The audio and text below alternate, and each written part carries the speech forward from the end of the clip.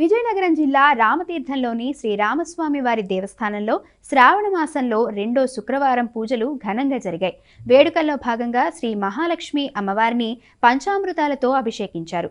శ్రావణ శుక్రవారం వేళ శ్రీ మహాలక్ష్మి అమ్మవారిని పసుపు కొమ్ములతో విశేషంగా అలంకరణ చేసి శ్రీరామచంద్రస్వామి వారికి కళ్యాణం నిర్వహించారు. తర్వాత యాగశాలలో సుందరకాండ హవనం నిర్వహించారు. నమస్తేస్తు మహామాయే శ్రీపీఠే